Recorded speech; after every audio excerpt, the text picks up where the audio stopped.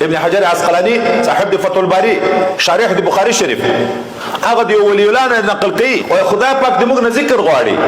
خو د موږ د ټولو اندامونو ذکر غواړي ذکر العینین بالبکا د سترګو ذکر په ژړا ده چې د خدای د ډاره وژاړي څوک چې په ګوښې ځای کې کینی په خپلو ګناهو کې فکر وکړي او هلته د جهنم سوچونه وکړي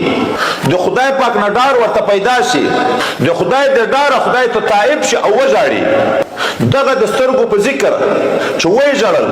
دته داسې مقام پیدا شي چې تېرې ټولې ګناهونه خدای پاک ورته معاف کړي حتی په ورځ د قیامت کله د یو انسان هېڅ خیرخوا څوک نه وي چې دی د جهنم د اور نه بچ کړي